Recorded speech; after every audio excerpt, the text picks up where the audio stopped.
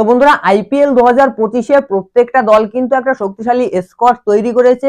আর এই ভিডিওতে আমরা কথা বলবো কেকেআর এবং আরসিবির বোলিং লাইন আপ নিয়ে। অর্থাৎ কেকেআর নাকি আরসিবি কোন টিমের বোলিং লাইন আপ বেশি শক্তিশালী লাগছে বর্তমান স্কোয়াডে, সেটাই এই ভিডিওতে আপনাদেরকে জানাবো। তো সম্পূর্ণ ভিডিও দেখুন আর ক্রিকেট সংক্রান্ত সমস্ত আপডেট পেতে চ্যানেলটি অবশ্যই সাবস্ক্রাইব করে রাখবেন। ফেসবুক থেকে দেখে থাকলে অবশ্যই পেজটি ফলো করে রাখবেন।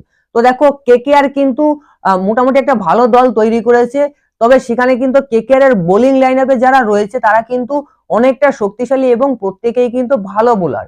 অপরদিকে আমরা যদি আরসিবির বোলিং লাইন আপটা দেখি, সেখানে কিন্তু আপনারা দেখতে পাবেন আরসিবির বোলিং লাইন আপে কিন্তু খুব একটা শক্তিশালী বোলার একমাত্রই রয়েছে দেখা গেলে জস হাজেলউড এবং ইয়াশ দয়াল। এই দুজন বাদে কিন্তু আরসিবির বোলিং লাইন আপে তেমন কোনো ভালো বোলার নেই। তো যাই হোক, আমরা প্রথম থেকেই শুরু করছি। প্রথমেই আপনাদেরকে জানাবো কেকেআর এর বোলারদের সম্পর্কে। তো দেখো কেকেআর এর বোলিং লাইন আপে কিন্তু 6 জন ফাস্ট বোলার রয়েছে, প্রপার ফাস্ট বোলার।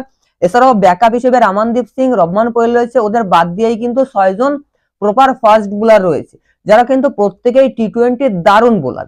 প্রথমত আমরা দেখতে পাচ্ছি স্পেন্সার জনসনকে। স্পেন্সার জনসন কিন্তু অস্ট্রেলিয়ান বাঁহাতি ফাস্ট বোলার এবং বলে কিন্তু দারুণ পেস রয়েছে, বর্তমানে দারুণ ফর্মেও রয়েছে। 2 নম্বরে হর্ষিত রানা রয়েছে। হর্ষিত রানার সম্পর্কে বর্ণনা করার প্রয়োজন নেই, আপনারা প্রত্যেকেই গত সিজনের খেলা দেখেছেন এবং বর্তমানে টিম ইন্ডিয়ায় কেমন খেলছে সেটাও দেখছেন। 3 নম্বরে আমরা অ্যান্ড্রিক নোরকেয়ার সম্পর্কে আসবো। তো অ্যান্ড্রিক নোরকেয়াও কিন্তু ভালো টি-20 বোলার, যদিও গত সিজনে খুব একটা ভালো করতে পারেনি, তবে টি-20তে বরাবরই কিন্তু ভালো পারফরমেন্স করে। একটা দুটো সিজন যে কোনো বোলার বা যে কোনো ব্যাটসম্যানের কিন্তু খারাপ যেতেই পারে, তবে অ্যান্ড্রিক নোরকেয়া কিন্তু একজন ভালো টি-20 বোলার। এরপর আমরা উমরান মালিককে দেখতে পাচ্ছি, মোটামুটি একজন ভালো বোলার, ভালো পেস রয়েছে। বৈভব অরোরা গত বছর কেকেআর এ দারুণ খেলেছে। এরপর আমরা আন্দ্রে রাসেলকে দেখতে পাচ্ছি। তো আন্দ্রে রাসেলও কিন্তু একজন দারুণ ফাস্ট বোলার, টি-20 এবং কেকেআর এ কিন্তু দারুণ রেকর্ড রয়েছে আন্দ্রে রাসেলের।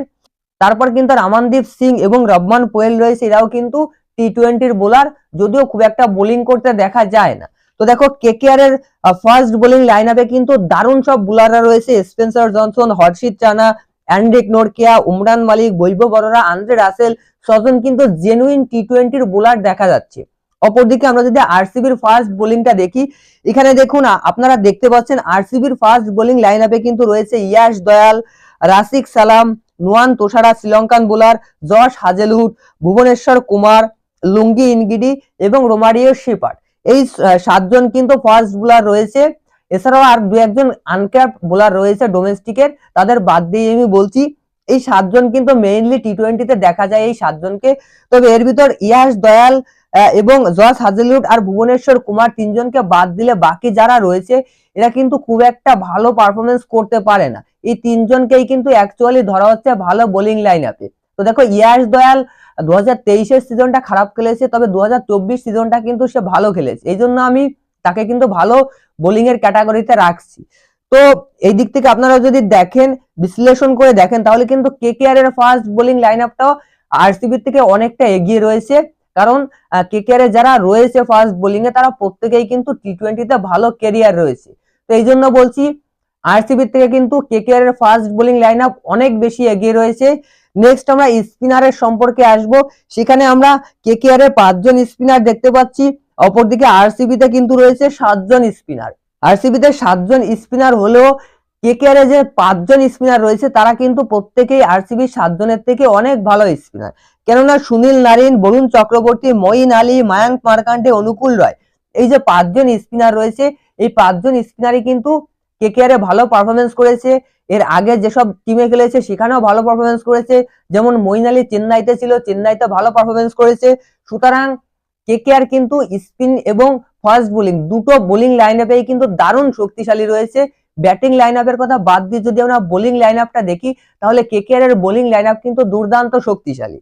এবার দেখুন আরসিবির স্পিন বোলিং লাইন আপে যারা রয়েছে তারা হচ্ছে সুয়াস শর্মা, গত সিজনে কেকেআর এ ছিল, কুনাল পান্ডিয়া, তারপর Swapnil Singh, Liam Livingstone, Tim David, তারপর রয়েছে জ্যাকব বেথেল, ইংল্যান্ডের নতুন একজন অলরাউন্ডার, তারপর রয়েছে মোহিত রাথি। এই 7 জন কিন্তু তোমার হচ্ছে আরসিবির স্পিন বোলিং লাইন আপে রয়েছে। তবে এর ভিতরে কিন্তু 2 জন ভালো স্পিনার রয়েছে, তারা হচ্ছে সুয়াস শর্মা এবং কুনাল পান্ডিয়া। এই 2 জন বাদে কিন্তু আর বাকি যে 5 জন রয়েছে তারা অতটা ভালো স্পিনার না, টি-20-র জন্য প্রত্যেকেই উইকেট নিলেও কিন্তু প্রচুর ইকোনমি এদের বেশি। তো কেকেআর কিন্তু ব্যাটিং লাইন আপের থেকে বোলিং লাইন আপে বেশি জোর দিয়েছে এবং এবছরও কিন্তু কেকেআর এর বোলিং লাইন আপ দুর্দান্ত রয়েছে। স্পেশালি আরসিবির থেকে কিন্তু অনেকটা শক্তিশালী বোলিং লাইন আপ রয়েছে কলকাতা নাইট রাইডার্সের। তো আপনাদের কি মনে হচ্ছে কোন টিমের বোলিং লাইন আপ বেশি শক্তিশালী? কমেন্টে জানাবেন। ভিডিও ভালো লাগলে অবশ্যই লাইক করবেন। ধন্যবাদ।